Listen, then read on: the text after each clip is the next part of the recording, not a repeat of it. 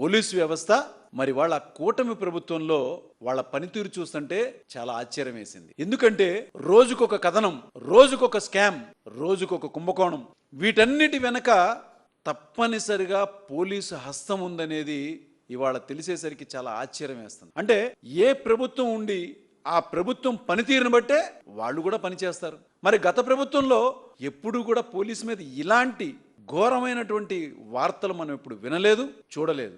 Supreme court rules ప్రకారంగా కనీసం 2 సంవత్సరాల పాటు సీసీ ఫుటేజెస్ని భద్రపరచాలి అని చెప్పని ప్రతి పోలీస్ స్టేషన్లో మనకి డైరెక్షన్స్ ఉన్నాయి. అదే మాయం చేశారు. మరి ఒక క్రాంతి కుమార్ కేసు కానీ ఎక్కడా కూడా ఒక సిపి ప్రెస్ మీట్ పెట్టలేదు, డీజీపీ ప్రెస్ మీట్ పెట్టలేదు, హోంమంత్రి లేరు, కనీసం ముఖ్యమంత్రి కూడా ఎక్కడా ఈ లా అండ్ ఆర్డర్స్ జరుగుతున్నటువంటి అవకతవకల మీద స్పందించినటువంటి దాఖలాలు లేవు.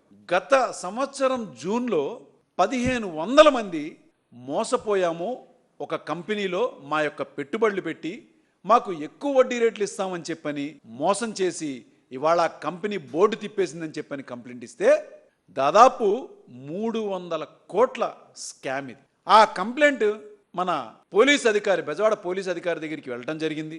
ఆయన తనదైన స్టైల్లో వాళ్ళందరినీ పిలిపించి ఆ కంపెనీ యొక్క డైరెక్టర్ని వాళ్ళని పిలిపించి మాట్లాడారు, వివరించారు. తప్పనిసరిగా దీనికి సాక్ష్యాధారాలు ఉన్నాయి.